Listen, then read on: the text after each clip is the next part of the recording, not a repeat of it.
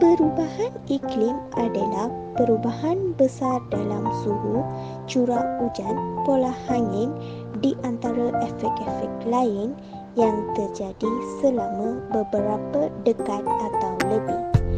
Malaysia berdepan 3 bencana alam utama iaitu banjir, banjir kilat dan tanah runtuh.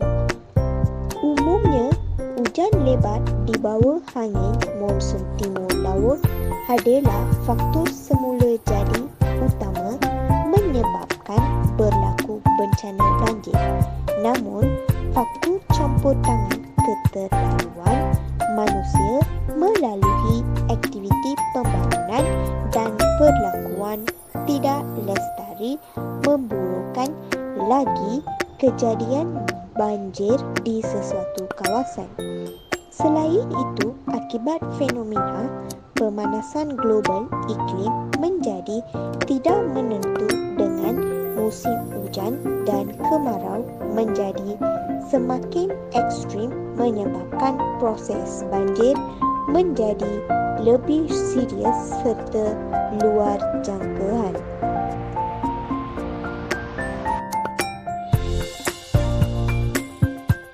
Banjir adalah kejadian alam di mana suatu daerah atau daratan yang biasanya kering menjadi redak air. Secara sederhana, banjir dapat didefinisikan sebagai luapan air dalam jumlah besar ke daratan yang biasanya kering. Banjir terjadi kerana banyak hal seperti hujan yang berlebihan, meluapnya aliran sungai, sungai danau atau lautan. Banjir sangat berbahaya dan berpotensi menyapu bersih seluruh kota, garis pantai atau daerah dan menyebabkan kerosakan luas pada kehidupan dan properti. Banjir juga memiliki kekuatan erosif yang besar dan bisa sangat merosak.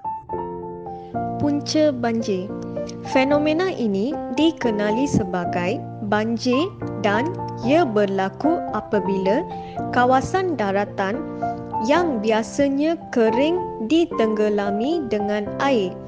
Jika anda sering mengikuti berita tempatan sama ada di kaca televisyen, radio atau internet, anda pasti tahu bahawa Malaysia sering kali dilanda banjir terutamanya pada musim tengkuhoh iaitu musim monsun. Banjir sememangnya berlaku biasanya akibat hujan lebat, tetapi tahukah anda punca berlakunya banjir dan apakah faktor-faktor yang menyebabkan fenomena ini? Banjir berlaku apabila kandungan air di permukaan bumi adalah berlebihan dan ini biasanya disebabkan oleh hujan yang lebat. Walau bagaimanapun, terdapat beberapa punca yang terperinci yang menyebabkan landaan banjir. Punca yang pertama ialah hujan lebat yang berterusan. Punca banjir yang paling biasa adalah hujan lebat yang berterusan. Hujan yang lebat boleh mengakibatkan paras air di dalam sungai, longkang dan sebagainya menaik dan ia juga boleh menyebabkan pembentukan lopak air di darat. Apabila hujan lebat tidak berhenti, malah berterusan untuk tempoh masa yang panjang, paras air juga akan naik secara berterusan sehingga sungai, longkang dan sebagainya penuh sehingga berlimpahan. Hagisan tebing sungai adalah fenomena yang di mana tanah di kawasan tebing menjadi longgar dan jatuh dari tebing itu.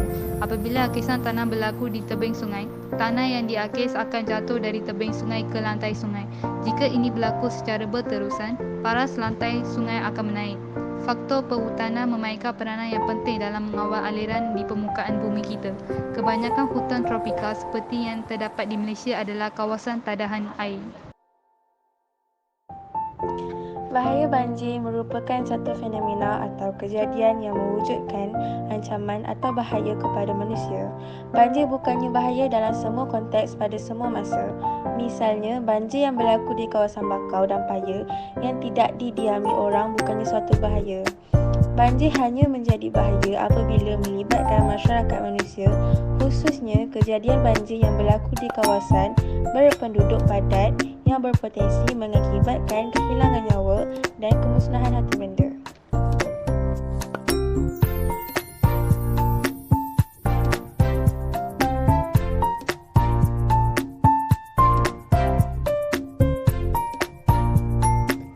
Selain COVID-19, Malaysia kini dilanda musibah banjir. Dianggarkan 29,800 km persegi atau 9% daripada keluasan negara adalah kawasan yang mudah dilanda banjir. Peningkatan kejadian banjir luar biasa adalah amaran bahawa kelestarian alam sekitar semakin terjejas. Ia akan terus berlaku jika kita terus leka mengejar pembangunan tanpa memikirkan impannya terhadap kelestarian alam sekitar dan kesejahteraan masyarakat. Justeru, kita perlu menilai kembali bentuk dan corak perhubungan dengan alam sekitar. Banjir yang luar biasa berkaitan dengan kerosakan atau penerokaan alam sekitar yang juga luar biasa wujud trend menimbangkan berkaitan fenomena banjir kerana frekuensinya semakin kerap dan impaknya semakin buruk akibat pembangunan pesat di kawasan dataran banjir, pembukaan tanah yang berluasan dan penambangan hutan. Kepesertaan pembangunan antara 0 hingga 40% mengakibatkan kalidar bertambah sebanyak 190%, manakala kelajuan bertambah 2 kali ganda. Kadar hakisan yang meningkat turut menyebabkan pertambahan keleduk dalam sungai sehingga mencatatkan dasar menyebabkan sungai hilang. Keupayaan iaitu mempunyai kapasiten lebih rendah, tidak berupaya menampung air yang bertambah dan menyebabkan air melimpah tebing. Di Belanda, disebabkan letakannya di bawah paras air laut, maka potensi untuk berlaku banjir amat tinggi. Kerajaannya membuat pelaburan untuk mengurangkan risiko banjir secara drastik melalui program Room for the River.